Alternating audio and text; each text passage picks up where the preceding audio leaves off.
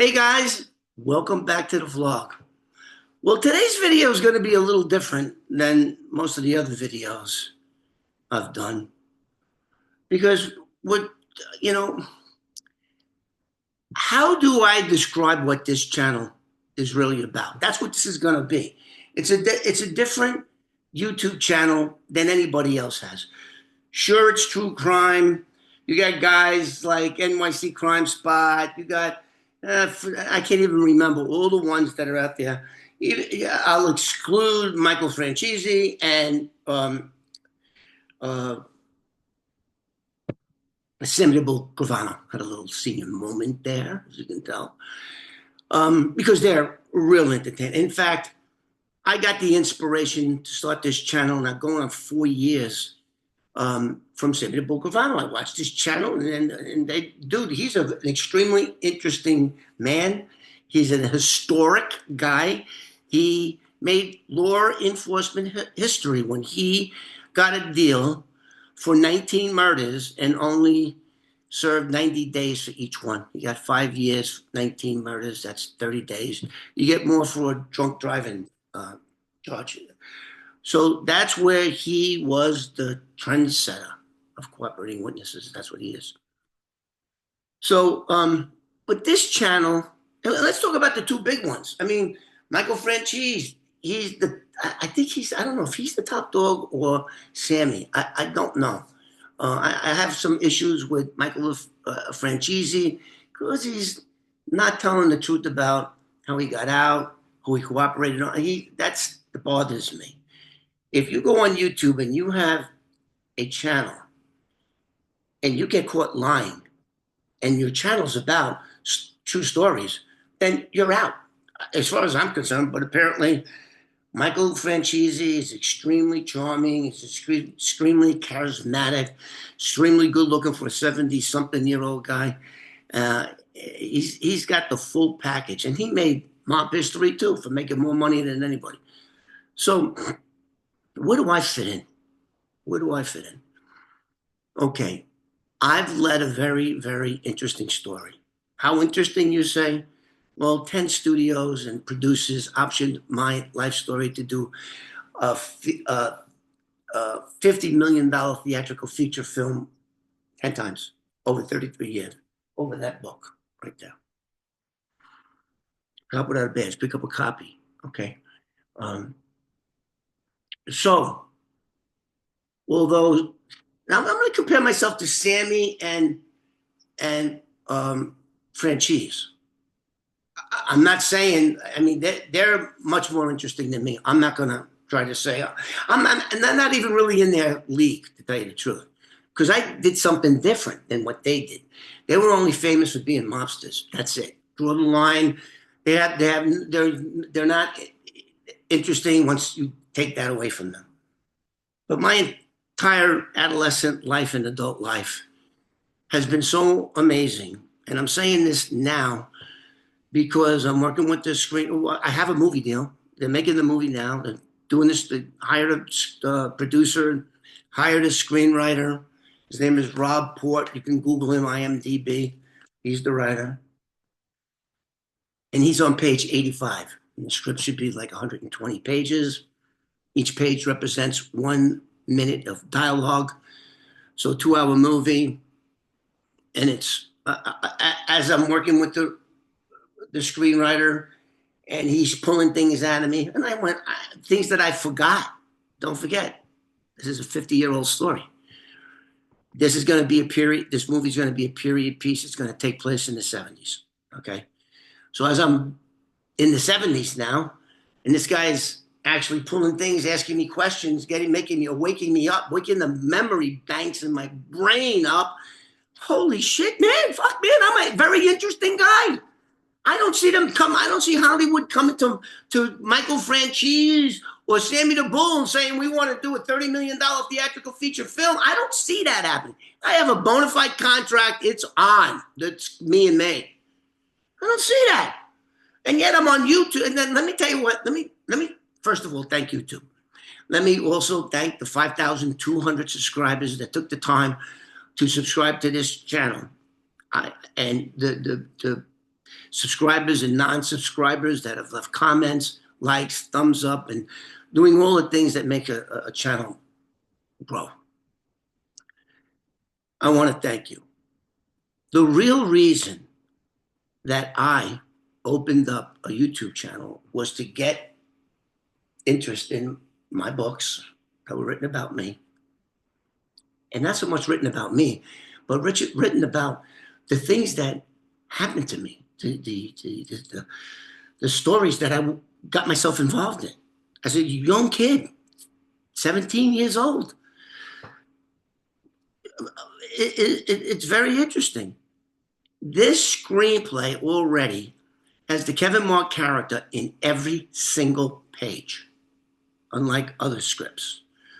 And they're really doing about what makes me tick, what made me do what I never thought I would do, is become a confidential informant, paid confidential informant, because of the way I was brought up. You just don't, you fucking don't do that. Punks do that, not real men.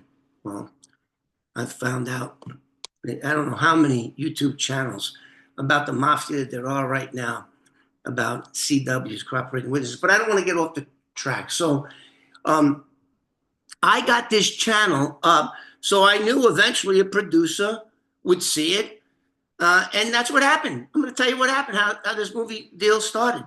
The owner of the studio, who I met, the owner, his best buddy was a guy by the name of Richie. I forgot the guy's name. Richie was from Queens. Richie's second cousin was in one of my stories where he was with me and he got murdered. And I did a video, and and it's in the book. Randy and Dankovich. I always mess his names up like everybody else. You guys go back, you'll see where a New York City detective murdered him and got away with it. Some may say he, was the guy a detective, or was he an executioner? If you look at the video, you decide. But anyway, so that guy's second cousin was the best friend of the studio. And for 6 months, Richie was telling this guy, I'm not going to name the name until the studio releases. I have to watch what I say, and I have to watch what stories I tell, because they'll get pissed off if I'm telling you the story, and then that's one they're going to put in the movie. Okay, so this guy, Richie, was breaking the studio owner about this story for 6 months. So as I met the studio owner and the executive producer and 3 other guys for lunch in the studio itself in Santa Monica, I'm in the studio, we're downstairs in their restaurant, cafeteria, or whatever it's called. And I asked the question. I says, well, how did you find out about me? How did you get a hold of me? How did you do that? And he says, actually, Richie is so they're introducing me to everyone. So I'm thinking they're executives. So this one guy, Richie's a young guy in his 20s, mid-20s, and he like stuck out. Well, the other guys were older and they looked like Hollywood guys, but not this guy. And he had a New York accent.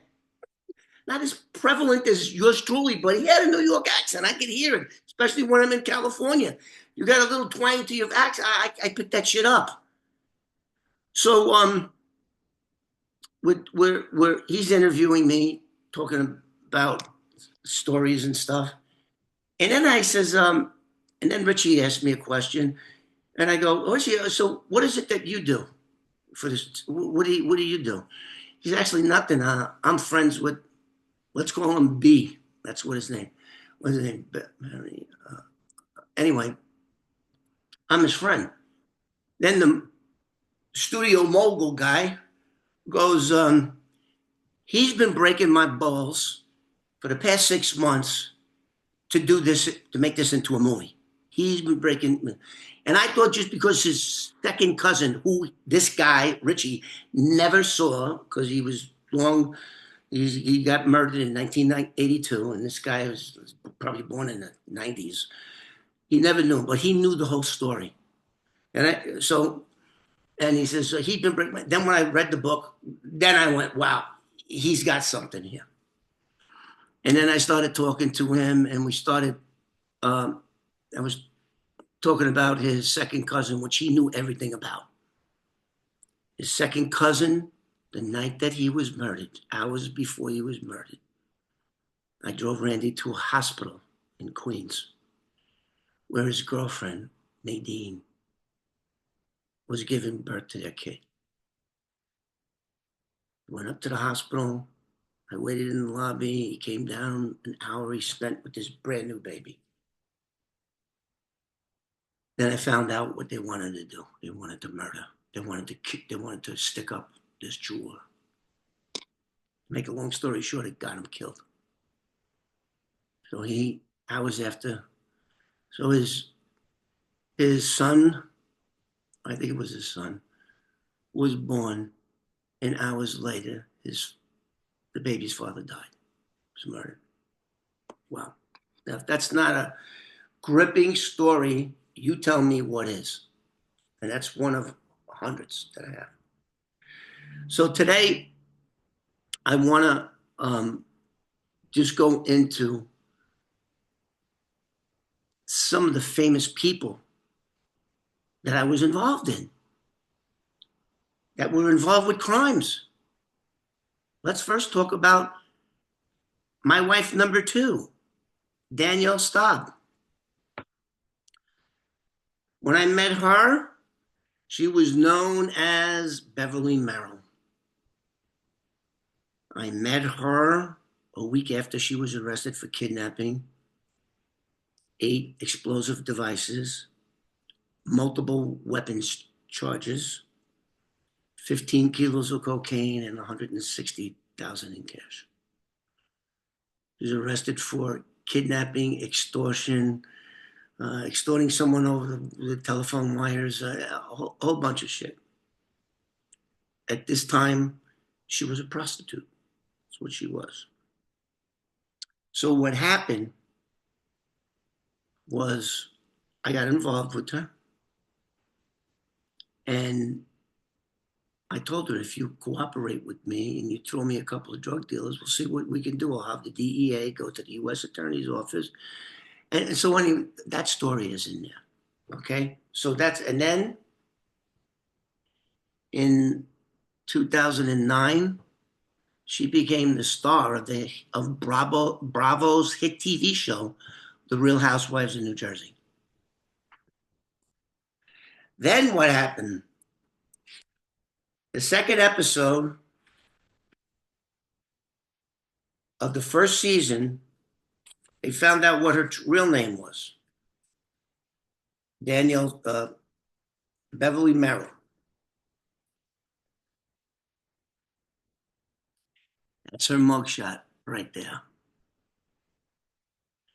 She don't look too hot there after being on a 3-day cocaine binge. So then a lawsuit started, which is another interesting thing. It was featured on TMZ. It was a $5 million lawsuit. I can't talk about who won, who lost, because it was settled, and everybody's happy. So that's one. Pretty interesting in itself. Who's the second one? The second one I was involved in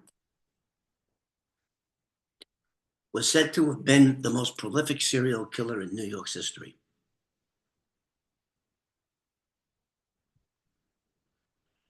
This guy, how many people know who he is? He confessed to murdering 17 women, prostitutes. And one of them was a woman that I was dating in 1992 called Mary Catherine Williams.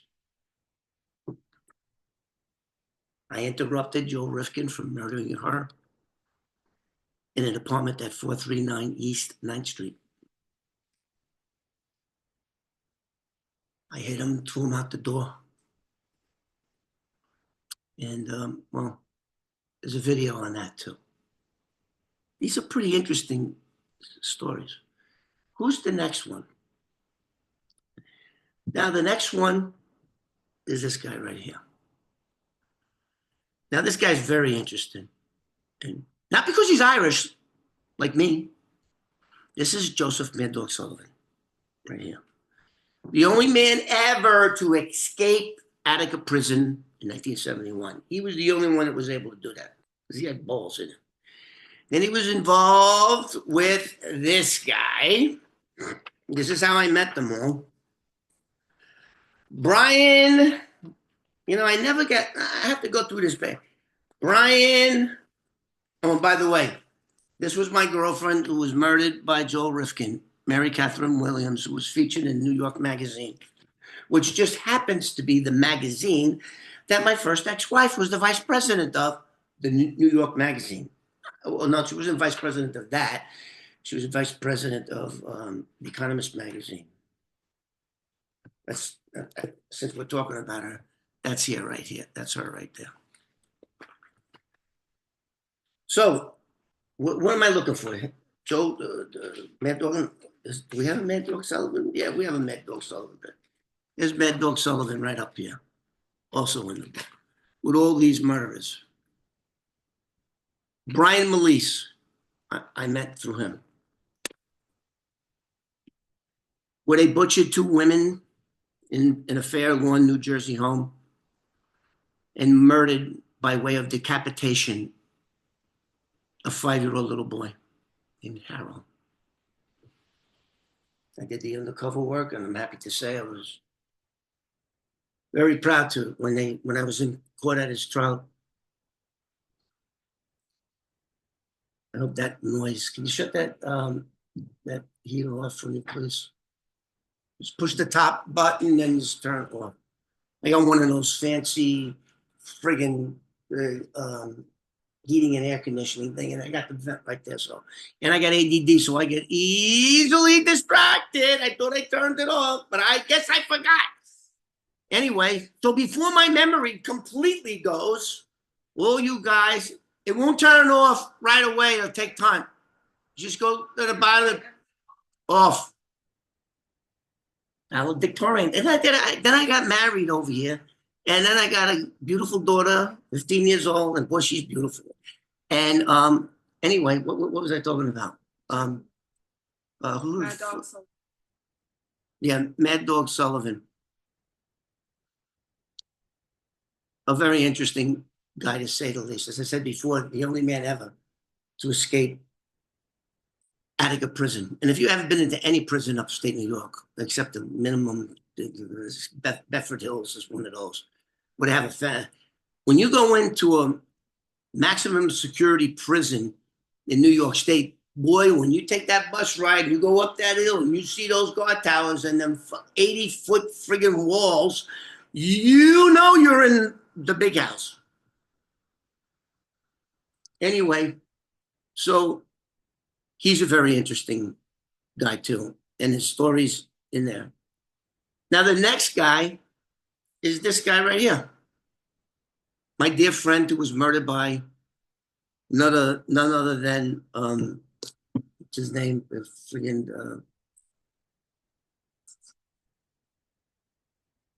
DeMeo. Roy DeMeo. And that's why I'm really doing this video. It's really a Roy DeMeo video. That this channel is not a Roy DeMeo channel. Now, me and Joey Bikini were very good friends for a number of years.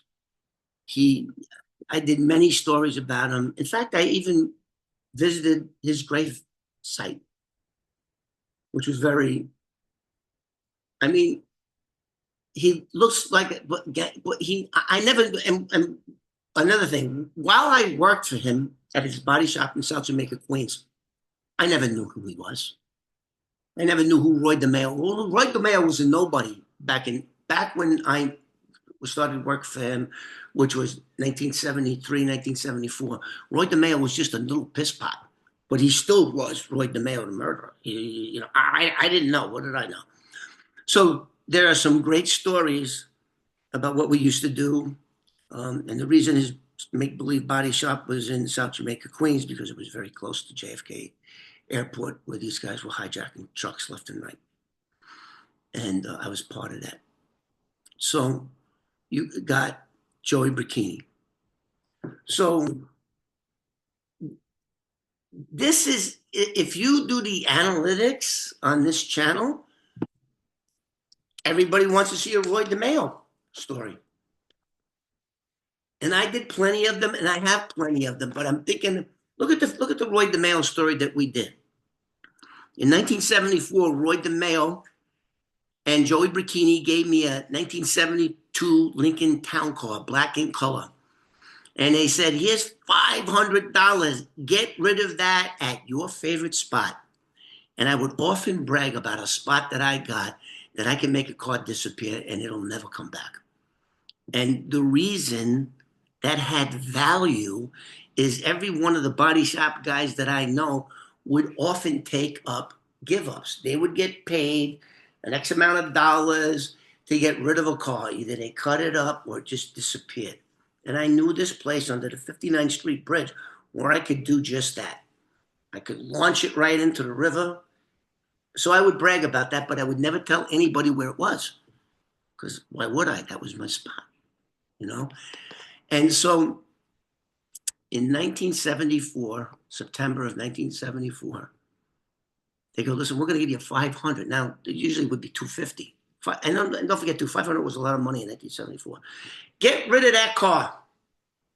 I said, bet, I'll take it to my place tonight.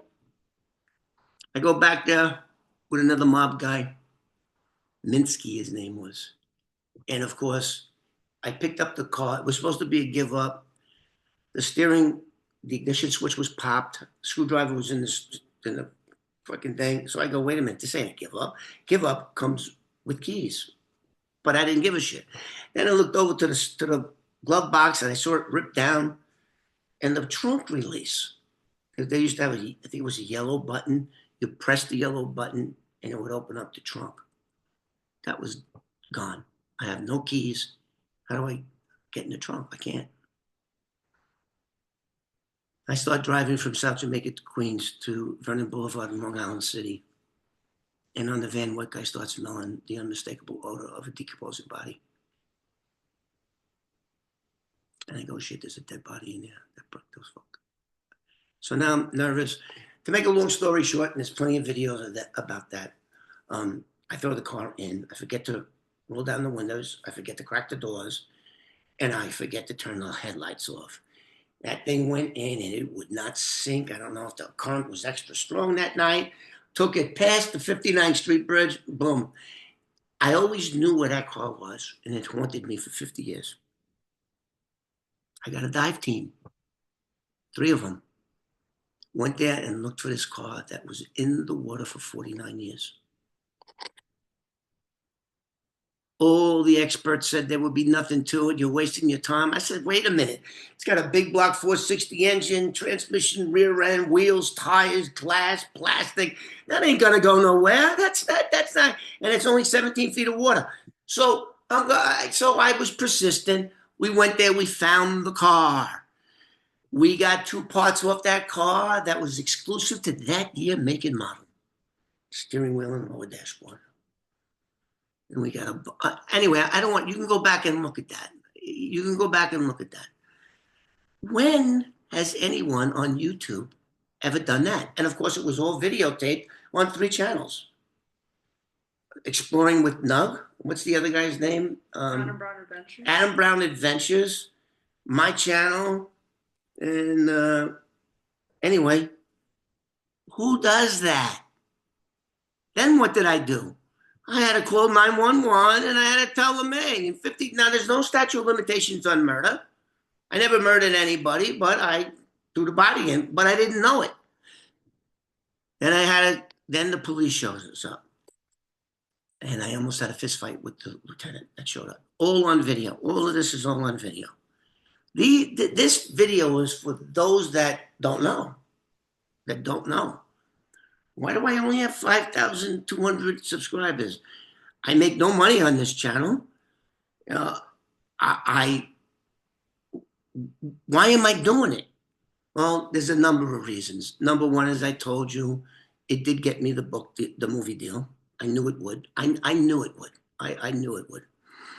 It got me the movie deal, and then I met a bunch of nice people, cool people on this channel, and they're hooked on it, um, and that's why I do it. I don't know how many more videos I can do once the movie gets started. I'm hoping that I'll be able to sneak some video of the making of the movie. Still don't know where it's going to be made, but hopefully I could do that and give you guys that, or I'll be able to talk about it. I don't know what, I don't know. My contract is that I don't know what I can and really can't do. The studio is well aware of this channel, so haven't said anything to me yet. So, uh, like I said, and then I'm like in sort of competition with some of these other YouTube channels that you get some guy that's never been involved with a crime in their life, and they deem themselves mob experts. You know, I was thieving with Roy and Chris, Joey Bikini, Jimmy Nays, all these big names. I was actually thieving with them for years. Who the fuck are they to be mob experts? And how the fuck do they got 20 times more subscribers than this one? This is real. When I tell these stories, all these stories on here have all been vetted. They've all been vetted. You can Google them on the internet and see the newspaper clipping. You can see, you know, so they get on the internet and they're getting old newspaper clippings or on the internet, and they're telling stories about where a certain activity a crime took place 50 years ago. Ladies and gentlemen, I was there. I'm there. The fuck, you know? But like I said, let's just call our channel an exclusive channel. Maybe one that you got to get a membership card. Let's just make believe that, and we're going to screen any more potential subscribers. No, you know. But anyway, I just think that it's I don't know, maybe I'm not doing nothing right. Believe me, I spent a lot of money on editors and cameramen, and then I said, you know what, I'm just gonna do this. I'm just gonna do this. Get my message across. I'm gonna try to do 2 videos a week, but I've been so busy with the screenwriter and doing other legal things right now that I just didn't have the time for this. And I love my YouTube channel, but it's embarrassing when people look and say it's only 5,000 subscribers. So if you guys want to help me out so that I'm no longer ashamed to admit, it's like your illegitimate child. Like, yeah, I don't want to talk about that too much. That's what this is. I can't talk about it. How do I go to Hollywood and talk about my channel? Fuck that. They laugh at me. They laugh at me. And I'm a very good storyteller. So what I'm going to do now is, because I had so many, I had like 3,500 subscribers in the last 2 years. I don't know how many of them are going back and looking at the old videos. So I'm going to start putting new spins on those old ones, because I don't want to tell too many. I don't want to, you know, I signed not 1 movie deal, 3 movie deals. This for 3 feature films, and then to go into a television show. So I got to be careful what I do here. But that's what I intend to do. I'm going to pick out the famous people that were in my life and the ones that I did crimes with, and we're going to be talking about that. And again, when I say I'm going to be telling a story, it's straight from the horse's mouth. I was there. I'm part of it. I did that shit. I did it. Not some YouTuber that digs graves for a living, going, yeah, here's where that, and that fucking got like making me really look bad, to the point I was to the point several times where I don't need it no more. I don't need YouTube has already done what I wanted it to, which was get me a movie deal and a television deal.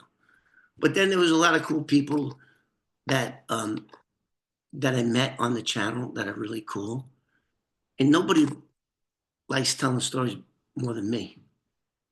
So keep that in mind. Please like and subscribe, and pick up a copy of the book. That's it. That's a good start. Pick up a copy of the book. So, in fact, I just got a royalty check for the book. So let's just keep the book in the book is where everything happened. I mean, when all movie studios want to make a movie based on the book. So thank you, book. Thank you, YouTube, and I'll see you on the next one.